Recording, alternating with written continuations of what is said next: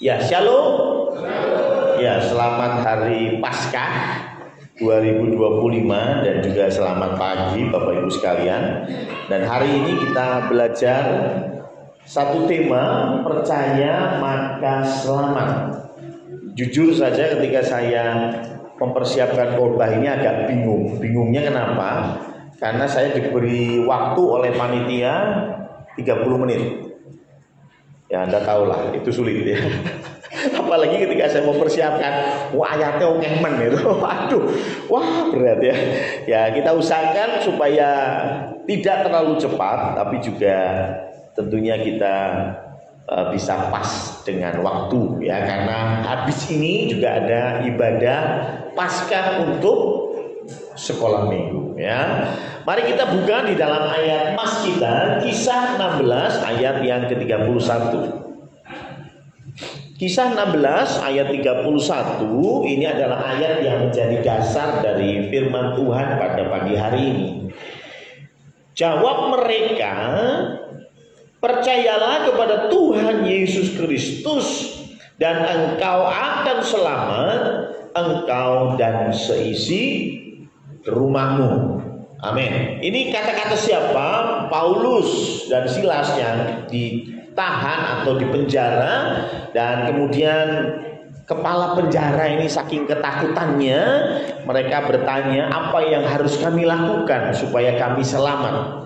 Dan Paulus berkata, percayalah kepada Tuhan Yesus Kristus dan engkau akan selamat, engkau dan seisi rumahmu. Ini yang menjadi ayat pas kita. Maka dari itu ada gambar sebuah keluarga gitu ya. Karena apa? Karena janji Tuhan adalah kalau kita percaya maka kita dan seisi rumah kita akan selamat. Jangan buru-buru ngomong amin, karena ayat ini adalah ayat yang sulit ya. Alat ini ayat yang sulit. Kenapa? Berarti kalau seperti itu logikanya, maka selamat itu bisa nunut. Betul ya? Karena Mas Purwoko percaya, maka Mas Purwoko dan seisi rumah akan selamat. Berarti Mbak Hartati walaupun tidak percaya, mlebu swarga gara-gara nunut gitu ya. Ya, apakah kita selamat karena ada yang namanya pendaftaran kolektif gitu ya. Jadi karena yang satu selamat, maka semuanya selamat gitu ya. Apakah seperti itu? Saya coba kita buka di dalam Galatia 6 ayat 4 dan 5. Saya bacakan langsung aja biar cepat. Baiklah, tiap-tiap orang menguji pekerjaannya sendiri, maka ia boleh bermegah melihat keadaannya sendiri dan bukan melihat keadaan orang lain. Kesimpulannya ayat yang kelima, sebab tiap-tiap orang akan memikul tanggungannya sendiri. Ini bicara tentang keselamatan. Artinya keselamatan akan dipikul tiap orang, nggak nunut ya. Roma 14 ayat 12, demikianlah setiap orang di antara kita akan memberi pertanggung jawab tentang dirinya sendiri kepada Allah. Jadi nggak bisa nunut. Sekali lagi ya, Wahyu 20 ayat 15, dan setiap orang yang tidak ditemukan namanya tertulis di dalam kitab kehidupan itu, ia dilemparkan ke dalam lautan api itu. Jadi yang selamat adalah orang yang namanya tertulis di buku kehidupan, bukan nama keluarganya ya. Kalau nama keluarganya gampang ya, masuk surga. Wah, namanya siapa? Mewengkang. Wah, dibuka buku kehidupan, Mewengkang, ono lolos. Padahal Mewengkang yang dimaksud bukan Iren Mewengkang, tapi Sony Mewengkang. Wah, ya nggak bisa. Maaf ya, kalau Pak Sony Mewengkang yang masuk surga ada tertulis di buku kehidupan, tapi Iren Mewengkang tidak ada, walaupun Iren Mewengkang anaknya. Bisa? Tidak bisa, karena dikatakan jelas bahwa namanya, nama tiap-tiap orang. Lalu kalau memang begitu adanya, ada banyak lagi ayat ya. Lalu bagaimana dengan Kisah Rasul 16 ayat 31? Jelas ditulis bahwa engkau akan selamat, engkau dan seisi rumahmu. Terus gimana? Ada 3 tafsiran tentang ini. Dan nanti yang terakhir yang akan saya kupas, karena ini juga punya landasan teologi. Yang pertama adalah ini berbicara tentang kata-katanya yang kita kurang paham, gitu ya. Kata-katanya yang kita kurang paham. Contohnya begini, dikatakan bahwa engkau akan selamat, engkau dan seisi rumahmu, kalau seisi rumahmu juga percaya. Saya kasih contoh begini deh, Pak Joko, ini guru saya, ya. Pak Joko bilang ke saya di hadapan kelas, Samuel, kamu harus belajar supaya lulus. Yang lain juga ya. Paham ya? Maksudnya Pak Joko apa? Yang lain juga kalau belajar lulus. Bukan berarti kalau Samuel belajar, Samuel tok yang belajar, sak kelas lulus. Orang maksudnya Pak Joko, Samuel kamu belajar supaya lulus. Kalian semua juga ya. Paham ya? Ini masalah bahasa, masalah kata ya. Yang pertama itu. Jadi Pak Paulus berkata bahwa kalau kamu mau selamat, percaya Yesus Kristus, engkau akan selamat. Yang lain juga, keluargamu juga. Ya. Tapi yang kedua, tafsiran yang kedua, ini berbicara bahwa satu premis yang berlaku secara umum tapi tidak mutlak. Saya kasih contoh kembali ke ulangan tadi. Pak Joko bilang ke saya, Samuel, kamu kalau mau lulus harus belajar. Pertanyaan saya, apakah kalau saya belajar, saya pasti lulus? Belum tentu, gitu. Betul, saya setuju, belum tentu, gitu. Ulangannya matematika, sinaune bahasa Indonesia, gitu. Ya, ya, belum tentu, saya setuju. Tapi premis ini premis umum. Artinya apa? Secara statistik, kalau kamu belajar, maka akan meningkatkan kemungkinan kamu lulus. Paham ya? Betul ya? Setuju ya?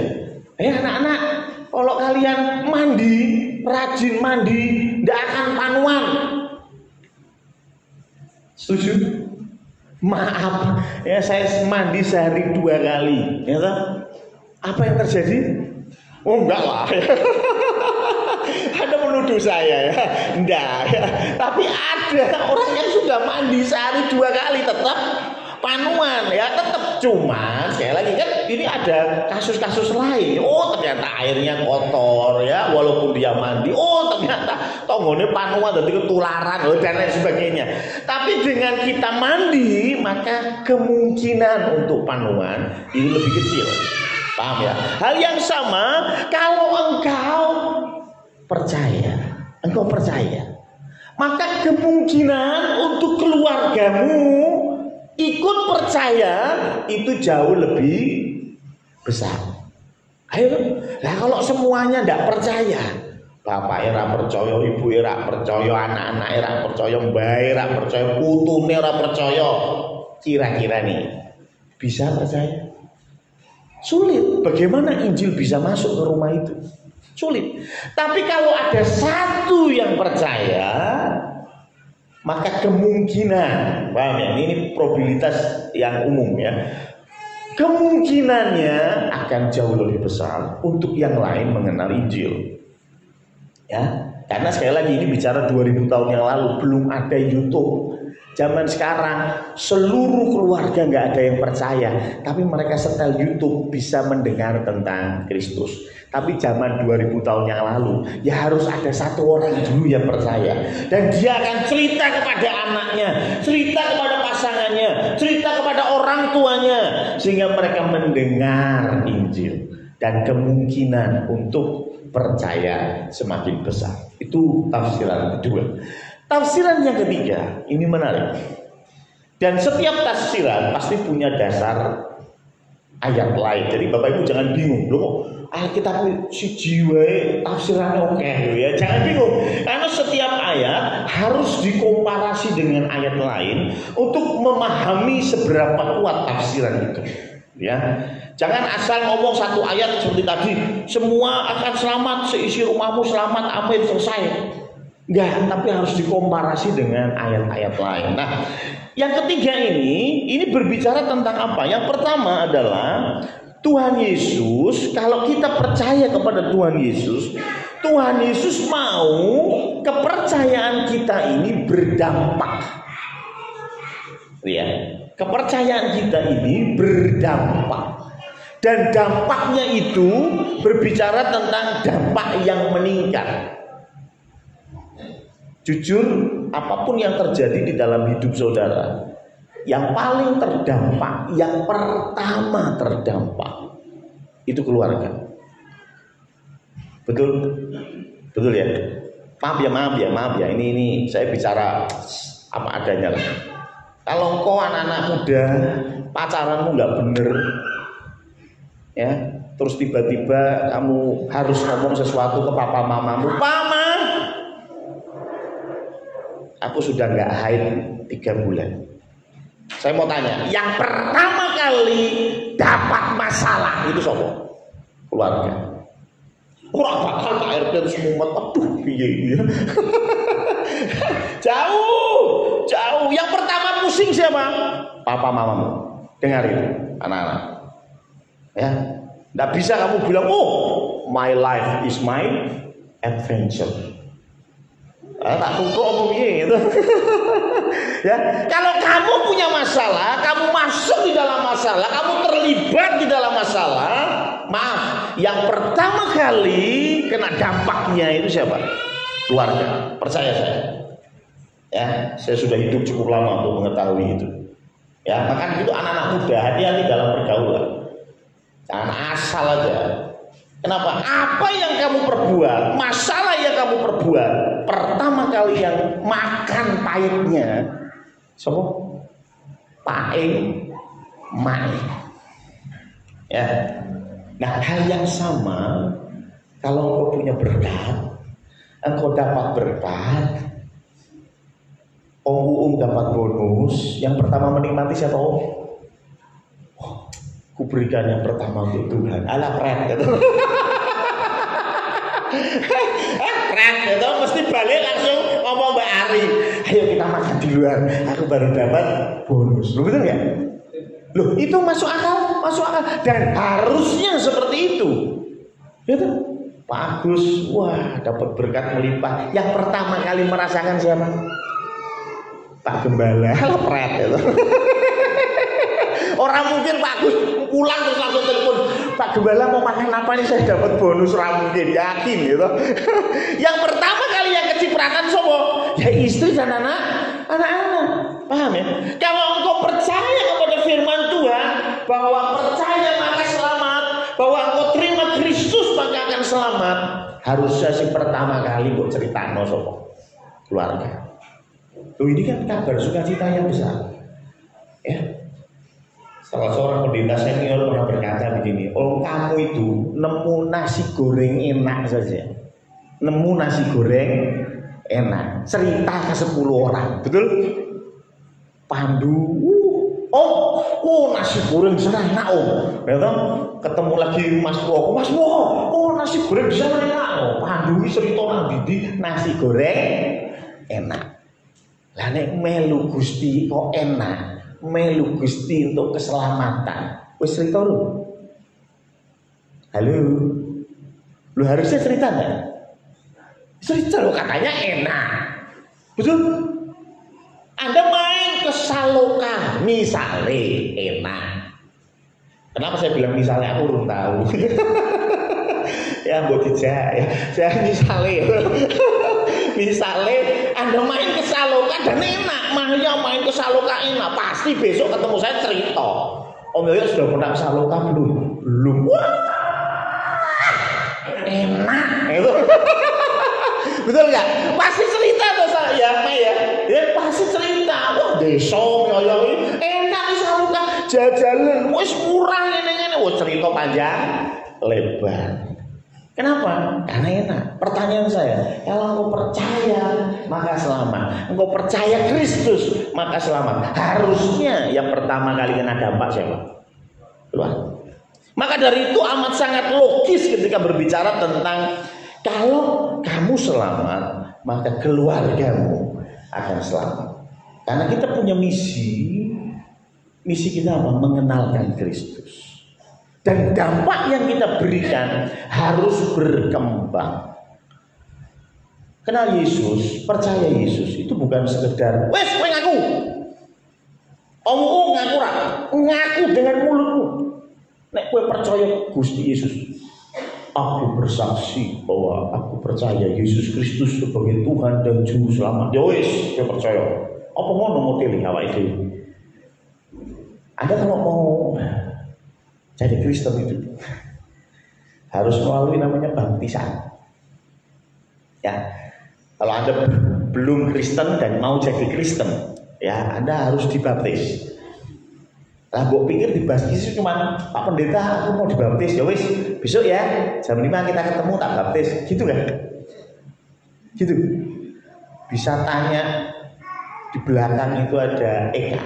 Ya, kita nanti akan lihat videonya bagaimana Eka dibaptis. Baptisannya cuman ya mungkin 2 menit videonya. Tapi sebelum Eka masuk ke air dan dibaptis, ada banyak sesi yang harus dilakukan. Namanya katekisasi. Orang gampang. Ya, enggak cuma langsung aku bersaksi, aku percaya Yesus Kristus sebagai putra Allah Tritunggal. Wah, sepanjang lebar teori ini, tapi sebetulnya engkau tidak mengenal siapa Kristus. Karena itu ketika kita mau mengenalkan Kristus kepada keluarga kita, hal yang sama, kita pun harus kenal dulu siapa Kristus. Betul kan? Ya, kalau Om bilang, Om Yoyo tak kenal ke Jokowi, waduh, saya pasti punya firasat Om sudah kenal, ya. Terus dibonceng ke, terus Om celinguk, boleh apa Om? Alamate. Hanya di WA itu, ya kan koncomu. Lah jadi ini mengenal, berarti kan koncone itu, kan koncomu. Di WA takon share lokasi. Aku ora duwe nomor WA nih. Aku dalam hati mikir, dicari kenal-kenal ora. Ya toh, ini anak kenal betulan ya? Apa cuma ngaku-ngaku? Kenal. Banyak di antara kita yang ngaku-ngaku kenal. Karena itu kita mau belajar dari satu cerita singkat saja karena waktu ya, yaitu dari Lukas 24. Memang agak panjang, 13 sampai 35, tapi saya yakin kita tidak ada waktu. Jadi percaya saya sudah persiapan. Saya kasih poin-poinnya aja. Lukas 24 ayat 13 sampai 35 itu berbicara tentang 2 orang yang berjalan ke Emmaus. Ini cerita tentang bagaimana Tuhan Yesus menampakkan diri, ya. Jadi ada 2 orang pergi ke Emmaus, gitu ya. Emmaus jaraknya sekitar 7 mil, gitu ya. Nah, setelah jalan ini ngobrol tentang Yesus, tiba-tiba Tuhan Yesus datang. Bukan tiba-tiba ya, pokoknya gabung lah, biar ceritanya, pokoknya gabung gosip gitu ya. Setelah bertiga ini ngobrol, rupanya 2 orang tadi nggak kenal Yesus. Ya. Sampai tujuan, sampai Emmaus, akhirnya mereka minta Yesus untuk, ayolah sudah malam, ya, nginep saja di tempat kami. Akhirnya Yesus mau masuk ke rumah mereka, dan ketika Tuhan Yesus memecah-mecahkan roti, baru mereka ngerti, oh ini Yesus. Ini kurang lebih ceritanya seperti itu. Nah, kita mau belajar dari kisah ini. Yang pertama coba kita buka yang ayat 19. Nah, ya, Lukas 24. Ayat 16 dulu pertama. Lukas 24 ayat 16. Ketika Tuhan Yesus join sama mereka, dikatakan begini, tetapi ada sesuatu yang menghalangi mata mereka, sehingga mereka tidak dapat mengenal Dia. Salah satu murid yang ditulis di dalam Lukas ini namanya Kleopas. Dikatakan 2 orang, satunya Kleopas. Siapa yang satu lagi? Ya, Bapak-bapak gereja abad pertama menuliskan bahwa yang satu ini tidak lain dan tidak bukan sang penulis itu sendiri, yaitu Lukas. Jadi rupanya ini Lukas sama Kleopas, gitu ya. Lukas sama Kleopas itu muridnya Yesus loh, ya, muridnya Yesus. Tapi dikatakan bahwa mereka tidak dapat mengenal dia. Jadi pertama kali ketemu dikatakan tidak dapat mengenal dia. Ini bicara apa? Proses. Kita mengenal itu tidak asal, wes gak percaya selesai. Nah, ada proses dalam pengenalan. Ada banyak orang yang percaya kepada orang yang salah karena apa? Belum cukup mengenal. Betul. Ada di antara kita yang percaya pada orang yang salah, ya, datang,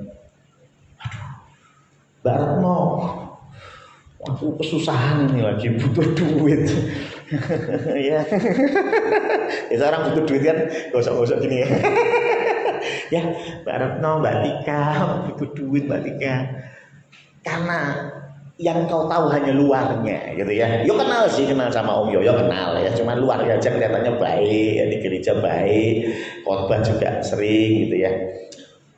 Aku butuh 1 juta aja Mbak Tika. Ya. Mbak Tika ingat dia belum mengenal, ya, sehingga dia terlalu mudah percaya. Kasih 1 juta. Oh nanti tanggal 26 tak bayar Mbak Tika, tenang aja. 26 aku gajian. Ya, gimana? Kedengaran tidak asing ya? sering ya dengar kalimat begitu ya. Wah, Om Yoyo tahu aja ya. Tahu dong ya. Ya, 26 nanti aku gajian tak bayar. Tenang baik. Oh ya wes. Kita terlalu percaya. Terlalu cepat percaya. Sehingga ketika tanggal 26 datang, orang itu tidak datang. Tanggal 26 bulan berikutnya datang, orang itu juga tidak datang. Sampai-sampai kita yang nyariin dia. Lah sing utang sopo sing goleki sopo. Kadang-kadang dunia kolak-kalik. Tapi maaf, itu semua terjadi karena kita terlalu percaya. Tuhan nggak mau kita terlalu percaya. It's okay. Kamu nggak mengenal aku, it's okay. Yuk kita jalan bareng-bareng. Kan Tuhan gak bilang, wah, lu gak kenal gue. Astaga, kalau aku jalan sendiri gue gak mau, mas. Enggak gitu. Tuhan tetap berjalan dengan 2 orang tadi, walaupun 2 orang itu tidak mengenalnya. It's okay. Percaya itu butuh waktu. Ya, percaya itu butuh waktu. Ya, sekali lagi sering kita kecewa karena kita percaya terlalu cepat. Tapi kalau kita maju lagi ayat 19, menarik lagi. Lukas 24 ayat 19. Setelah ngobrol-ngobrol, ayat 19 berkata begini, kata Yesus kepada mereka, apakah itu? Karena mereka lagi ngomongin yang lagi viral, ya, yaitu Ridwan Kamil, enggak lah ya. Ya, ini lagi viral, yaitu apa? Tentang bagaimana Yerusalem gempar. Ya, Tuhan Yesus atau yang mereka sebut sebagai orang Mesias ini mati di kayu salib. Tapi yang menarik, Lukas 24 ayat 19 berkata, apakah itu? Ya, Tuhan Yesus etok-etok bahasa Inggris ya, etok-etok tidak tahu gitu ya. Jawab mereka, jawab Kleopas dan Lukas, apa yang terjadi dengan Yesus orang Nazaret? Jadi kita ini lagi bahas apa yang terjadi dengan Yesus orang Nazaret. Dia adalah seorang, apa tulisannya? Allah, anak Allah, sang Mesias, gitu. No. Dia adalah seorang nabi. It's okay. Awalnya kamu nggak kenal Yesus, tapi kemudian semakin jauh melangkah bersama Yesus, engkau jadi mengenal dia sebagai nabi, masih nabi. Marah Tuhan Yesus. Oh jadi Yesus ini nabi ya nggak apa-apa. Ya memang kamu percayanya Yesus itu sebagai nabi, it's okay, gitu ya. Jadi Tuhan tidak berkata bahwa dia marah karena dikira nabi, enggak apa-apa. Ya. Ini proses pengenalan. Ya, seperti saudara kita Pandu ini sedang mengenal sosok perempuan gitu ya. Pasti ada proses yang harus dijalani gitu ya. Gak langsung tiba-tiba kenal semua. Pasti pertama kenal, lama-lama oh ternyata dia ini anak yang baik. Tadinya kamu gak tahu, ngertinya ya cuman ya paling anak pada umumnya gitu ya. Ternyata ternyata ini anak yang berbakti sama orang tua. Gak apa-apa ya. Itu perlu proses. Gak ujung-ujung kita mengatakan Yesus Tuhan dan Allah kami. Ya amin kalau Anda sudah sampai di level itu. Tapi kalau Anda berkata, Yesus itu nabi, it's okay. Ya, tidak ada masalah dengan itu. Ya. Nah, ayat 31 kemudian berkata demikian. Ketika Tuhan Yesus memecah roti dan membagi-bagikannya, dikatakan ayat 31, ketika itu terbukalah mata mereka dan mereka pun mengenal dia, tetapi ia lenyap dari tengah-tengah mereka. Jadi ada proses. Pertama nggak kenal, kedua kenal tapi sebagai nabi, tapi yang ketiga baru mata mereka tercelik, baru mata mereka terbuka bahwa this is the only one, Jesus Christ. Ya, inilah dia satu-satunya juru selamat dunia. Jadi kalau Anda mungkin lahir dari kalangan Kristen seperti saya ini lahir dari keluarga Kristen. Anda pikir dari saya lahir jebrol itu saya sudah mengatakan Yesus Tuhan, keren enggak? Betul ya? Terus proses. Saya perlu proses untuk mengenal Yesus. Sampai di tahap saya berkata, Yesus itu Tuhan, Yesus itu Allah. Yesus itu juru selamat satu-satunya. Jangan dipikir dari kecil saya langsung punya iman seperti itu. No. Anda pikir Feli yang seumur ini sudah punya iman sebesar itu? Saya tidak yakin. Dia perlu proses untuk mengenal Kristus. Ya. Lalu siapa? Keluarga salah satunya. Betul? Makanya tadi dikatakan, kalau kamu percaya, kamu selamat.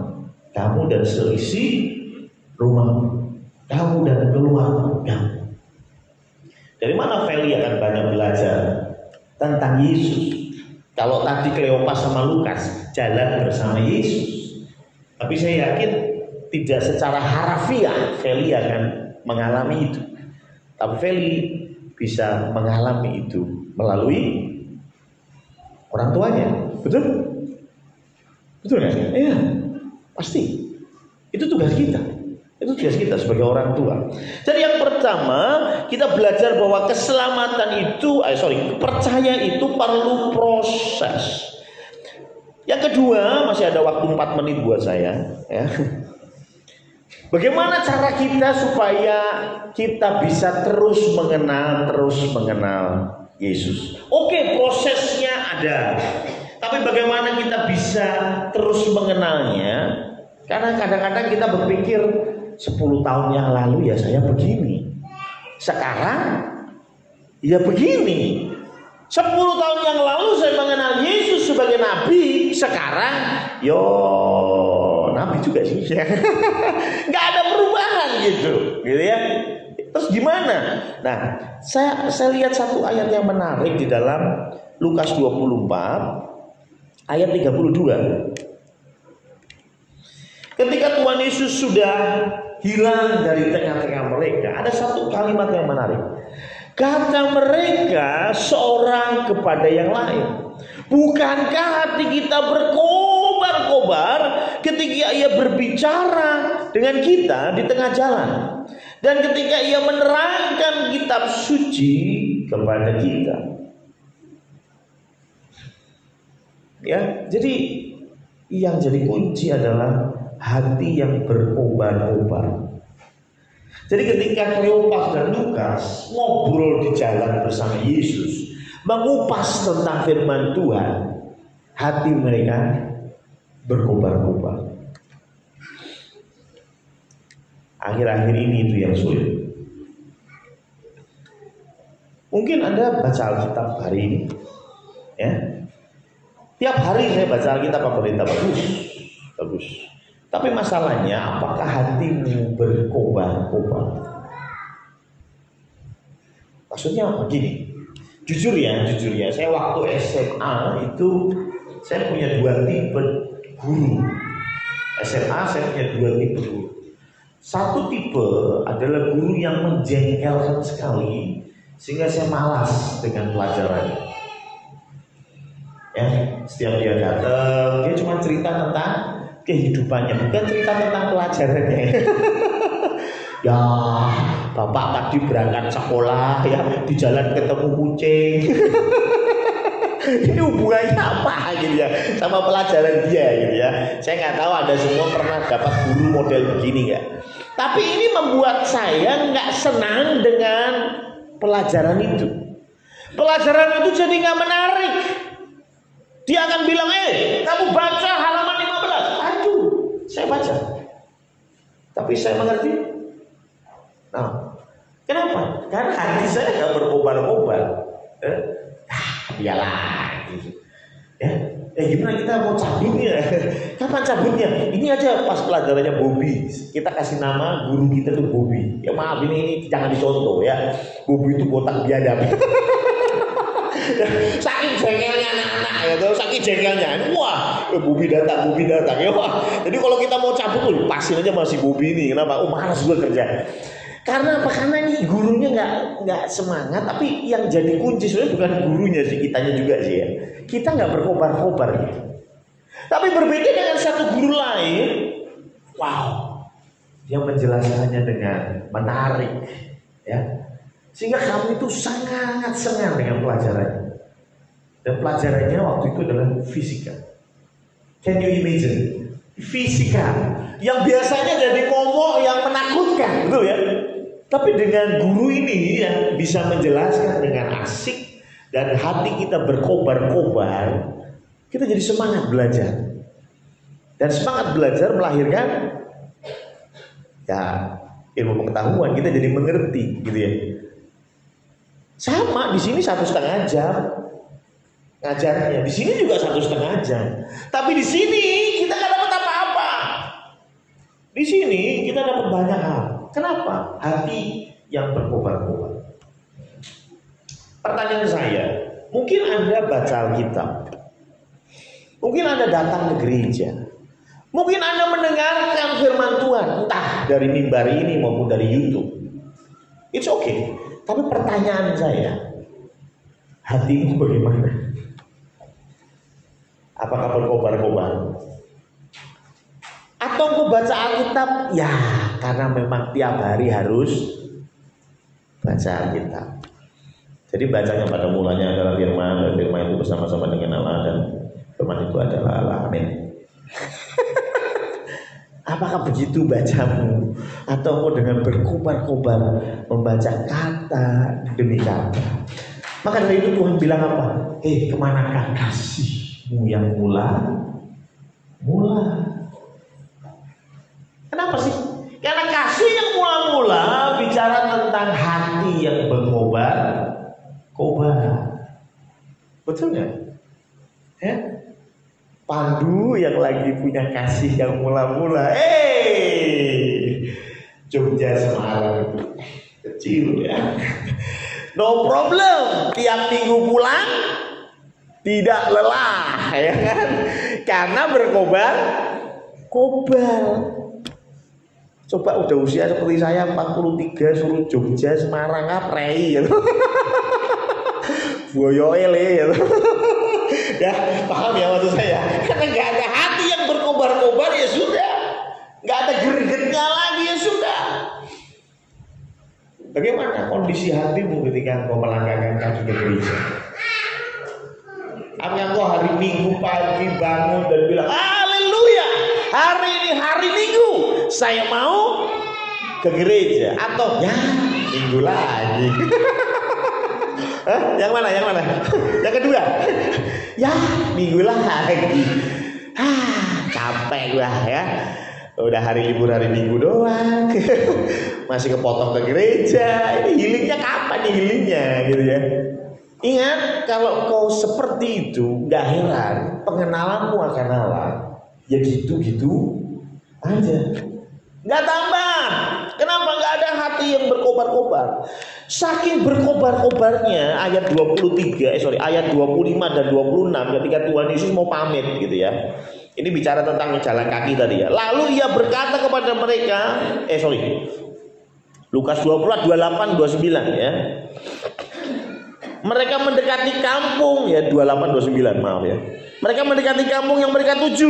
Lalu ia berbuat seolah-olah hendak meneruskan perjalanannya. Tuhan Yesus mau lanjut. Sudah ya bro, gue jalan dulu ya. Tetapi mereka sangat mendesaknya. Katanya, tinggallah bersama-sama dengan kami, sebab hari telah menjelang malam dan matahari hampir terbenam. Tapi intinya, kenapa mereka mendesak Yesus untuk tinggal bersama? Mereka belum cukup, ya, belum cukup untuk berbicara tentang firman Tuhan, ya. Tapi kalau cuma contoh, wah.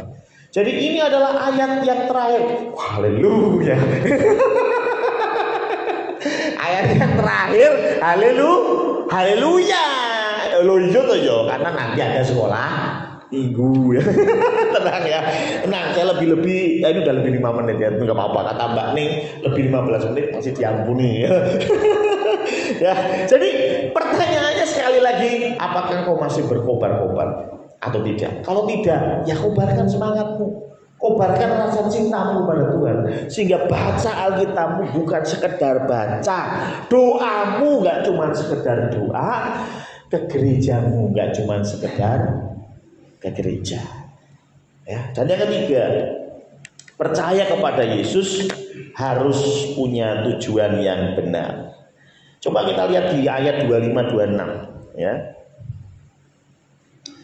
Lalu ia berkata kepada mereka, ini Yesus ya. Yesus berkata kepada mereka, hai kamu orang bodoh, kepada Kleopas dan Lukas, kamu orang bodoh, betapa lambannya hatimu sehingga kamu tidak percaya segala sesuatu yang telah dikatakan para nabi. Bukankah Mesias harus menderita semuanya itu untuk masuk ke dalam kemuliaannya? Ada ribuan ayat, ada carilah, kalau malas cari tanya ChatGPT atau DeepSeek. Bagaimana Yesus itu sudah dinubuatkan ribuan tahun yang lalu. Yesus pun sudah bilang puluhan kali kepada murid-muridnya, kalau dia harus mati tapi bangkit pada hari yang ketiga. Jadi artinya ini bukan omong-omong gitu ya, tapi ini betul sudah dinubuatkan jauh-jauh hari. Masalahnya bukan mereka nggak tahu, tapi mereka tidak mau menerimanya. Buat mereka pokoknya Mesias itu tidak boleh mati. Walaupun sudah dikasih tahu, Mesias itu harus mati. Ora iso. Bahkan ketika Tuhan Yesus bilang, aku sebentar lagi akan mati di kayu salib, Petrus bilang apa? Sekali-kali tidak, Tuhan. Terus Tuhan bilang apa? Setan, pergilah. Artinya apa? Ini keinginannya Petrus, bukan kehendaknya Tuhan. Jadi kalau kita bicara tentang percaya kepada Yesus, itu harus punya tujuan yang benar. Terkadang orang nggak percaya kepada Yesus bukan karena konsep teologianya. Kadang orang percaya kepada hal lain selain Yesus bukan karena mereka musyrik dan lain sebagainya. Kadang-kadang kita berpikir bahwa Pak Pendeta, tetangga saya musyrik, percayanya sama dukun. Beneran sama dukun percayanya. Dilaknat gitu ya. Ya, saya mau tanya. Yakin dia percaya sama dukun? Buat saya, dia nggak percaya sama dukun. Bukan. Tapi apa? Coba tanya, kenapa kok kamu ke dukun? Pasti jawabannya gini. Gini Pak Pendeta, saya tuh pernah minta didoakan sama Pak Pendeta. Saya punya warung soto ya. Tolong doain Pak Pendeta. Didoakan. Terus Pak Pendetanya tak tanya, bagaimana Pak Pendeta? Berarti nanti diberkati Tuhan ya? Oh yo, itu terserah Tuhan. Yang saya hanya bisa mendoakan. Masalah berkat Tuhannya ngatur. Pendetanya pulang. Sebulan kemudian sepi. Sotone sepi. Terus dikasih tahu teman, kalau kamu mau sotonya rame, minta doanya jangan ke Pak Pendeta. Minta doanya sama Mbah Dukun. Ada Mbah Dukun lagi ngobatin pasiennya. Yang tahu lagu itu Tuhan. Ya, betul ya? Oh, bener nggak? Setuju nggak? Oh, kalau minta doa Pak Pendeta datang, sakit apa? Aduh, Pak Pendeta jantung saya. Doakan. Amin. Pak Pendetanya pulang, maaf, sembuh. Langsung ngomong sembuh piye, babi JD gitu. Direng Pak Pendeta, direng. Percuma dengan dongake gitu. Betul enggak? Tapi kalau tadi apa? Ada Mbah Dukun lagi ngobatin. Nah, saya mau tanya, berarti yang Anda mau itu dukunnya atau sembuhnya? Jujur, dukunnya atau sembuhnya? Sembuhnya. Yang Anda mau, yang Anda impikan, dukunnya atau dagangan sotomu payu? Sing. Cuman carane Mbah Dukun dikei celana dalam. Jangan bercanda ya. Ya, tapi intinya, jujur intinya, kan bukankah kita itu sebenarnya bukan masalah percaya dukun. Kadang-kadang ada khotbah ya, hari ini tuh Allah lain itu banyak. Allah lain itu banyak. Ada yang namanya mendewakan uang. Sebenarnya bukan mendewakan uang kalau kita teliti lebih dalam. Karena uang bisa menghadirkan apa yang engkau mau, ya kan? Coba kalau uang itu tidak berharga, misalnya uang itu tidak berharga, mau gak sih duit? Mau. Tapi karena uang itu berharga, kamu bisa kemanapun, bisa mendapatkan apapun dengan uang, makanya kamu minta dan mencari dan mendewakan uang. Maka dari itu tepatlah di dalam Roma 1 ayat 23 dan 24. Ini ayat terakhir, yakin. Ayat terakhir kuning ya. Roma 1 ayat 23 dan 24. Mereka menggantikan kemuliaan Allah yang tidak fana dengan gambaran yang mirip dengan manusia yang fana. Burung-burung, binatang-binatang yang berkaki 4 atau binatang-binatang yang menjalar. Kita mengertinya, mereka nyembah dewa-dewa, patung-patung. Maaf. Tapi sebetulnya ayat 24 berkata, karena itu Allah menyerahkan mereka kepada keinginan hati mereka akan kecemaran, sehingga mereka saling mencemarkan tubuh mereka. Sama kayak tadi. Kenapa kamu ke dukun? Ya karena dukun bisa mewujudkan apa yang saya mau. Betul? Ya, Pak Pendeta, doain Pak, saya lagi jatuh cinta sama wanita ini. Ya, saya doakan ya. Saya mau tanya, habis didoain Pak Pendeta, si perempuan itu akan jatuh cinta padamu? Belum tentu. Karena yang dukun bi, hati-hati. Sing jawab berarti tahu ya. Hati-hati nih. Ini pertanyaan jebakan ya. Kalau Anda bilang, dukun langsung Pak Pendeta, tahu berarti. Betul ya, paham ya? Berarti ada ke dukun ke apapun lah ya. Ya, Allah lain apapun itu, Anda berbicara bahwa mereka bisa memuaskan keinginanmu. Ya, pertanyaannya, maaf ya, kalau engkau di gereja, engkau mengenal Kristus, semakin mengenal Kristus bukan percaya kepada sesuatu yang benar, bukan tujuannya yang benar, tetapi tujuannya adalah supaya Kristus memuaskan keinginanku. Opo bedane Kristus mbek Nyi Roro Kidul? Bener tuh? Opo bedane Kristus sama dukun santren? Itu jengkel sama orang, doa sama Tuhan. Tuhan, bikin miskin itu orang, atau ya bikin sakit-sakitan, ditunggoni kok yo bisnisnya maju, tambah sehat. Wah, sak main iki, ora nganggo Yesus-Yesusan. Ya toh? Santet tetap jos, ya toh? Loh, betul kan? Apa yang dia cari? Keinginan hatinya. Pertanyaannya, semakin kita mengenal Kristus, apakah semakin dia ditinggikan, kita semakin rendah, atau sebaliknya? Semakin kenal Kristus, kita malah semakin menuntut apa yang kita inginkan. Pengenalan kita akan Kristus harusnya menempatkan Kristus sebagai Tuhan. Dan ketika kita mengenal Kristus dan apa yang kita kenal itu kita kenalkan kepada keluarga kita, maka firman Tuhan ini akan ya dan amin. Engkau dan seisi rumahmu akan diselamatkan. Amin.